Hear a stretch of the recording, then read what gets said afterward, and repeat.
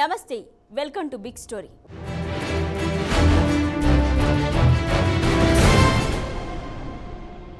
భారతదేశం నాగరికతకు పుట్టినిల్లని ప్రపంచవ్యాప్తంగా పేరుగాంచింది.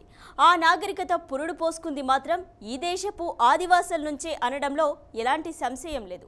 మనందరి మూలాలు అడవి తల్లి బిడ్డలో ఉన్నాయనడంలో ఎలాంటి అతిశయోక్తి లేదు. ముఖ్యంగా తెలంగాణలో బంజారా తెగలు, కోయలు, చెంచుల తర్వాత మరో ముఖ్యమైన గిరిజన తెగ గోండులు. చరిత్రలో గోండులు రాజ్యాలు స్థాపించారని ప్రతీతి.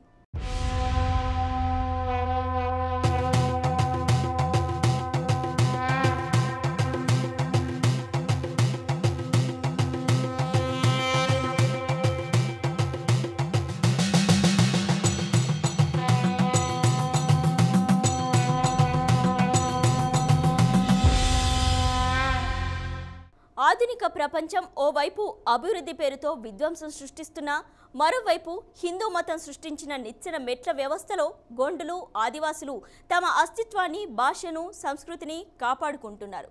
వేలాది సంవత్సరాలుగా వస్తున్న ఆదివాసీ సంస్కృతి పరిరక్షణలో మిగిలిన వేడికే నాగోబా.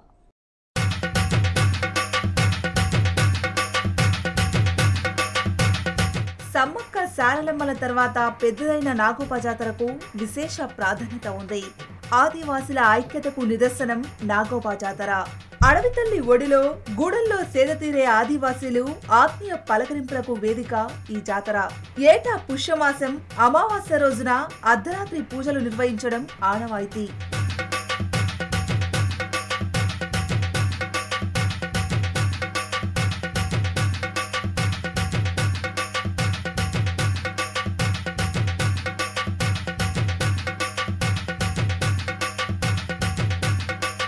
ఎక్కడెక్కడి నుంచో ఎడ్ల బండ్లపై చేరుకుంటున్న అడవి బిడ్డలతో ఆదిలాబాద్ కెస్లాపూర్ సందడిగా మారుతుంది. ఆలయ ప్రాంగణంలో మర్రి చెట్టు వద్ద డేరాలు వేసుకుని ఉంటున్నారు. తమ ఇష్ట దైవాన్ని పూజించుకునేందుకు దాదాపు వారం రోజుల పాటు ఇక్కడే ఉంటారు.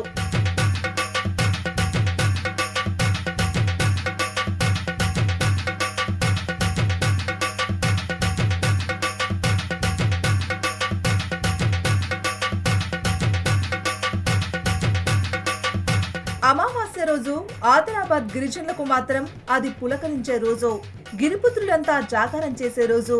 ప్రధానంగా మెస్రం వంశీయులు ప్రత్యేక పూజలతో నాగోబా జాతర ప్రారంభించడం ఆనవాయితీ. వరంగల్, కరీంనగర్, నిజామాబాద్, ఆదిలాబాద్ జిల్లాలతో పాటు మధ్యప్రదేశ్, మహారాష్ట్ర, ఛత్తీస్గఢ్ రాష్ట్రాల నుంచి భక్తులు ఈ జాతరకు వస్తారు. 10 రోజుల ముందు నుంచే మెస్సం కుటుంబాలకు చెందిన గిరిపుత్రులంతా వివిధ కార్యక్రమాల్లో పాలు పంచుకుంటారు. నూతన దంపతులతో ప్రత్యేక పూజలు చేయిస్తారు. ఈ జాతర 9 రోజుల పాటు కొనసాగుతుంది. ప్రతి ఏటా పుష్యమాసంలో వచ్చే అమావాస్య రోజు ఆదిలాబాద్ గిరిజనులు నాగోబా జాతర జరుపుకుంటారు.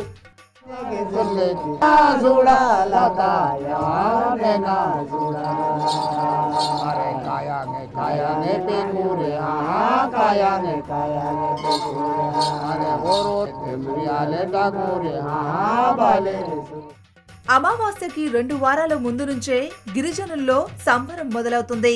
సరిగ్గా ఈ అమావాస్య రోజు తమ ఆరాధ్య దైవమైన నాగోబా పురివిప్పి నాట్యమాడుతుందని గిరిజనుల నమ్మకం. అమావాస్య నాడు సరిగ్గా సాయంత్రం 7 గంటల నుంచి రాత్రి 12 గంటల మధ్య కాలంలో గిరిజన పూజారులకు తమ ఆరాధ్య దైవం ఆదిశేషువు కనిపిస్తాడని, వారందించే పాలు తాగి ఆశీర్వదించి అదృశ్యమవుతాడని గిరిజనులు విశ్వసిస్తారు.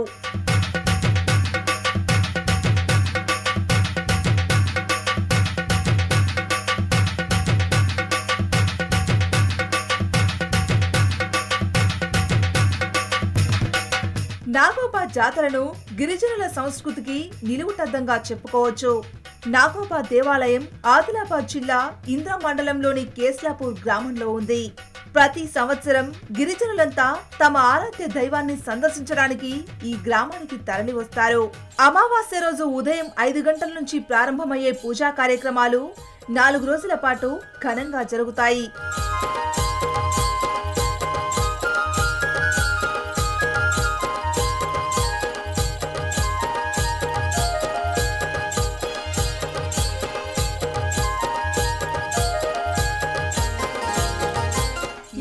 సందర్భంగా ప్రతి సంవత్సరం అన్ని ప్రభుత్వ శాఖల కార్యాలయాలు గిరిజనుల స్థితిగతులను అవగాహన చేసుకోవడానికి, గిరిజన సమస్యలను తెలుసుకోవడానికి ఈ జాతరకు తరలివస్తారు. రెవెన్యూ, వ్యవసాయ, పౌర సరఫరాల శాఖ, భూసార పరిరక్షణ, పశు సంవర్ధక, గిరిజనాభివృద్ధి సంస్థ, పట్టు పరిశ్రమ, జిల్లా పరిశ్రమలు, శ్రీ శిశు సంక్షేమం, అటవీ శాఖ, వన్యప్రాణి విభాగం వంటి అనేక ప్రభుత్వ శాఖలు ఇక్కడికి వస్తాయి. గిరిజనుల అభివృద్ధి ఛాయాచిత్ర ప్రదర్శనలు ఏర్పాటు చేస్తారు. జిల్లా యంత్రాంగమంతా కేస్లాపూర్ తరలివచ్చి గిరిజనులకు అందుబాటులో ఉంటారు. బిగ్ స్టోరీలో షార్ట్ బ్రేక్ తీసుకుందాం.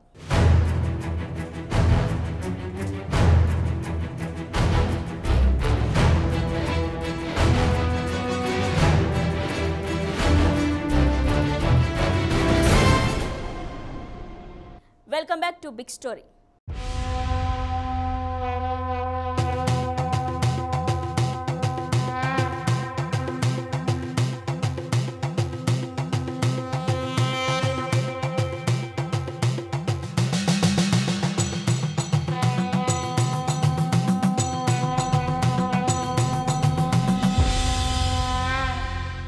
వందలాది ఏళ్ల చరిత్ర ఉన్న నాగోబా జాతర ఆచార వ్యవహారాలు విచిత్రంగా ఉంటాయి.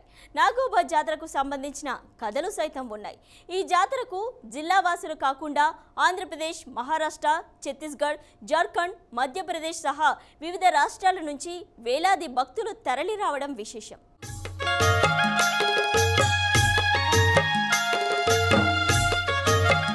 వందల ఏళ్ల క్రితం గిరిజనుల మూల పురుషులు కేవలం 7 మాత్రమే ఉండేవారు.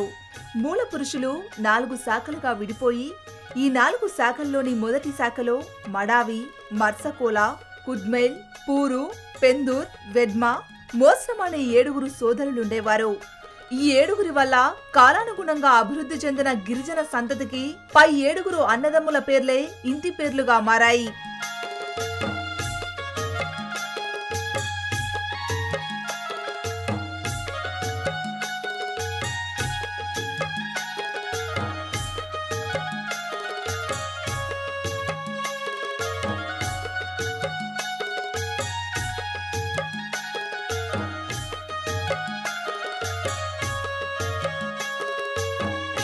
ఇలా 7 ఇళ్ల పేర్లు గల గిరిజనులకు ఆరాధ్య దైవం ఆదిశేషుడు కావడం విశేషం.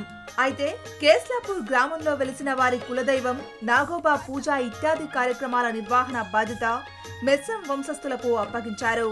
కాగా పెద్దవాడన్న గౌరవంతో పుష్యమాస అమావాస్య రోజు జరిగే పూజను మడావి వంశస్థులకు అప్పగించారు.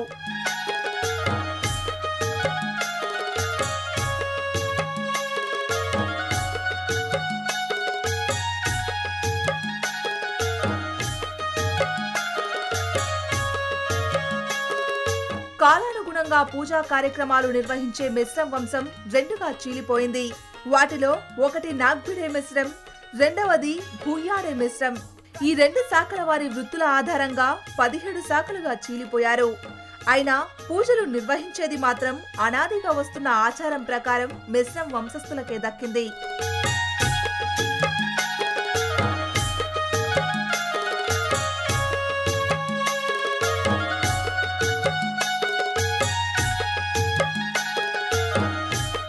వృత్తుల ఆధారంగా 17 శాఖలుగా చీలిన మెస్రం వంశస్థులలోని కటోడా, గాడియా శాఖల వారు కేస్లాపూర్ జాతరకు 16 రోజుల ముందు, పుష్యమాస పౌర్ణమికి 1 రోజు ముందు తమ కులదైవాన్ని పుష్య అమావాస్య రోజున అభిషేకించడానికి, పవిత్ర గోదావరి జలం తేవడానికి కాలినడకన బయలుదేరి వెళ్తారు. ఇదే వంశంలోని మిగతా శాఖల వారు వారి వెంట వెళ్తారు. కానీ మిగతా 7 శాఖల వారు క్రమం తప్పకుండా వెళ్లాలన్నది నియమం. పై 7 శాఖలు ముందుగా ఈ నాగోబా ఆలయం చేరుకొని కలశం తీసుకొని గోదావరి నదికి బయలుదేరుతారు. వారికి ముందుగా ప్రధాన తెగ వాయిద్య గోండ్రు వాయిస్తూ ఉంటే వెనక నుంచి గిరిజనులు వెళ్తుంటారు.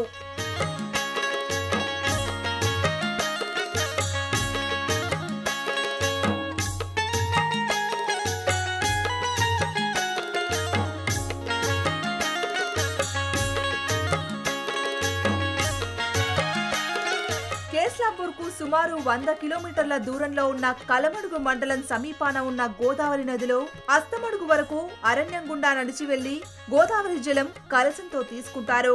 ఈ అస్తమడుగులో గిరిజనుల పూర్వులు స్నానం చేస్తుండగా నాగదేవత ప్రత్యక్షమై దర్శనమిచ్చాడనే నమ్మకంతో అక్కడి జలాన్ని పవిత్ర జలంగా గిరిజనులు భావిస్తుంటారు.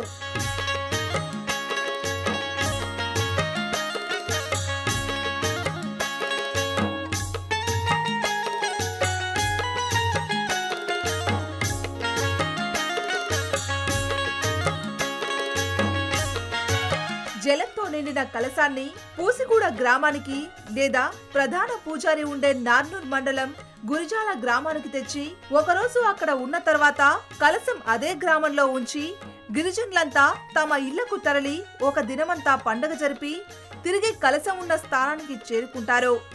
ఇక్కడి నుంచి బయలుదేరి కేస్లాపూర్కు 8 కిలోమీటర్ల దూరంలోని ఇంద్రవెల్లిలో ఆగి అక్కడ వెలిసిన ఇంద్రాదేవికి సామూహికంగా పూజలు జరుపుతారు.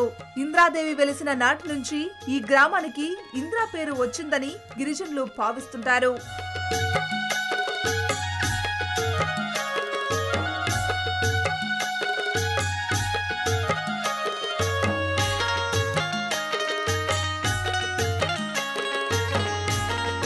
ఇంద్రవెల్లి నుంచి కేస్లాపూర్ చేరి ఆలయానికి కొద్ది దూరంలో ఉన్న మర్రి చెట్టు కింద 4 రాత్రులు ఒక పాకలో 3 రాత్రులు సామూహిక పూజలు జరిపి కేస్లాపూర్ మందిరానికి వాయిద్యాలతో ఊరేగిస్తూ తెచ్చి ఆలయం వద్ద ఉన్న మర్రి చెట్టుపై పవిత్ర జలకలశం భద్రపరిచి 10 కిలోమీటర్ల దూరంలోని సిరికొండ చేరుకుంటారు.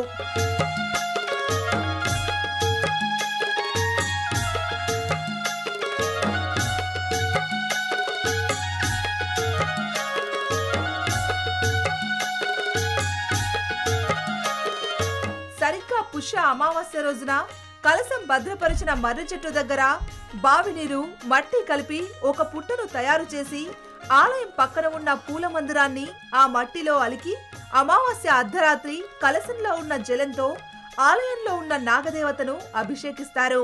ఇది ఈ జాతర సందర్భంగా జరిగే తతంగం. అయితే తరతరాలుగా ఆధునికత ఎంత పెరిగినా ఆదివాసీ గోండులు తమ అస్తిత్వాన్ని కాపాడుకునేందుకు ఈ నాగోప జాతరను ఎంతో పవిత్రంగా జరుపుకుంటారు.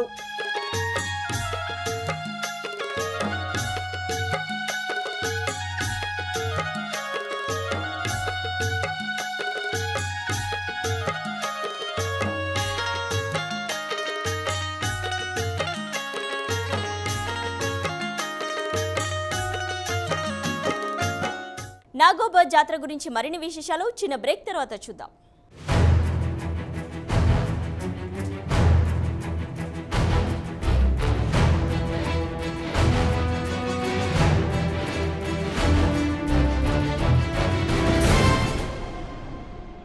Welcome back to big story.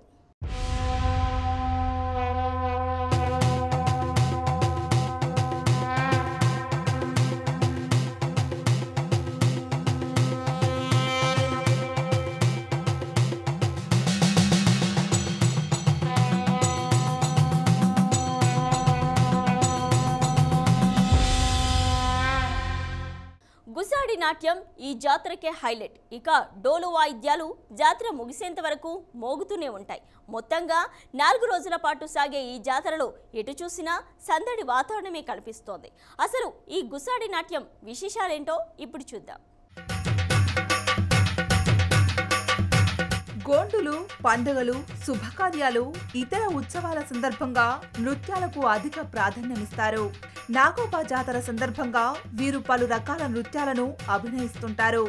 Gussadi, Dandari, Dhimsa తదితర సాంప్రదాయ నృత్యాలు చేస్తారు. ఈ నృత్యాలన్నింటిలోకి గుసాడి నృత్యం ప్రధానమైంది. అడవిలో లభించే నెమలి ఈకలు, పశువుల కొమ్ములు, సహజమైన రంగులతో నృత్యకారులు అలరించుకుంటారు.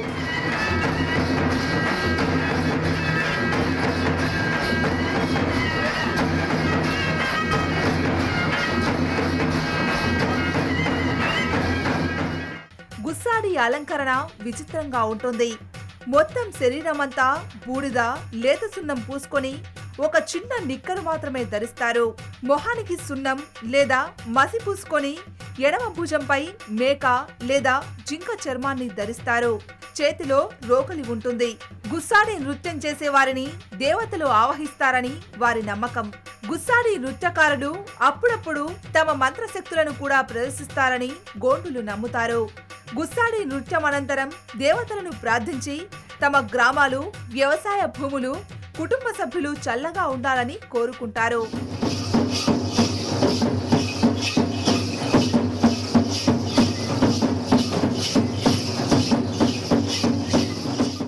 నాగోబా జాతర అనగానే మనందరికీ ఇదొక సాధారణ గిరిజనుల పండుగగానే కనిపించవచ్చు. కానీ వారి సంస్కృతిని, అస్తిత్వాన్ని కాపాడుకునే దశలో గిరిపుత్రులకు ఈ నాగోబా జాతర అత్యంత ఆవశ్యకమైంది. ఆధునిక హోరులో పడి మన నాగరికతకు మూలాలను చేజేతులా చెరపేసుకుంటున్నాం. అభివృద్ధి పేరిట జరుగుతున్న విధ్వంసంలో గిరిజనాన్ని మనం భయభ్రాంతులకు గురిచేసి అడవి తల్లి నుంచి వారిని దూరం చేస్తున్నాం.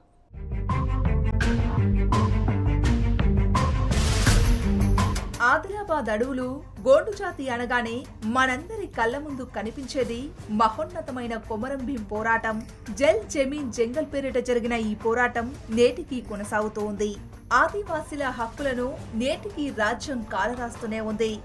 వారి కాళ్ల కింద ఉన్న విలువైన ఖనిజాల కోసం ప్రభుత్వాలు వారిపై రాజ్యహింసను కొనసాగిస్తూనే ఉన్నాయి. అలా రాజ్యహింసను ఎదుర్కొంటున్న జాతుల్లో గోండులు కూడా ఉన్నారు.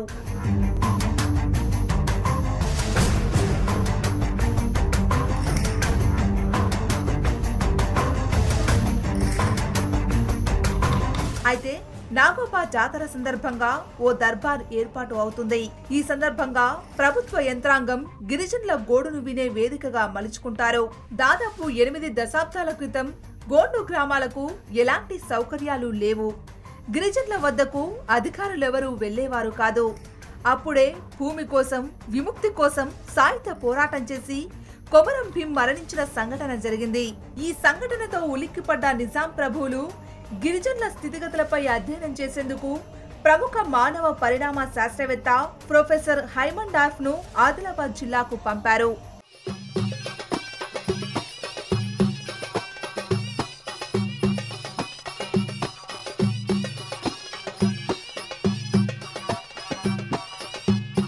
హైమన్ డార్ఫ్ దృష్టి నాగోబా జాతరపై పడింది. కొండలు, కోనలు దాటి వచ్చి గిరిజనుల సమస్యలను తెలుసుకొని పరిష్కరించేందుకు జాతరలో దర్బార్ ఏర్పాటు చేయాలని అనుకున్నారాయన. దీంతో 1942లో మొదటిసారి దర్బార్ నిర్వహించాడు. జాతర సందర్భంగా 1942 నుంచి అధికార యంత్రాంగాన్ని రప్పించి గిరిజనుల సమస్యలను పరిష్కరించే ఏర్పాటు ప్రొఫెసర్ హైమన్ డార్ఫ్ గిరిజనుల గోడును ప్రపంచానికి వినిపించే ఏర్పాటు చేశారు.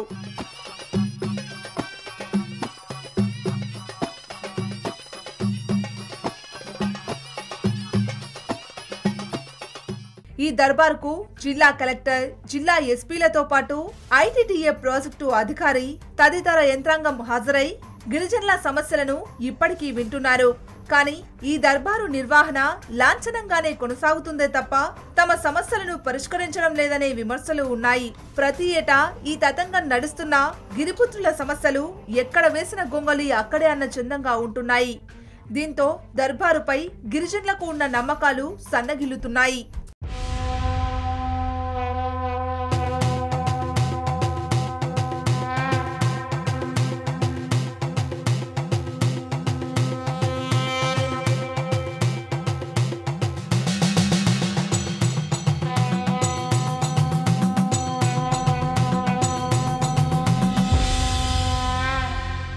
ఇది ఇవాల్టి బిగ్ స్టోరీ. మరో అంశంతో మళ్ళీ కలుద్దాం.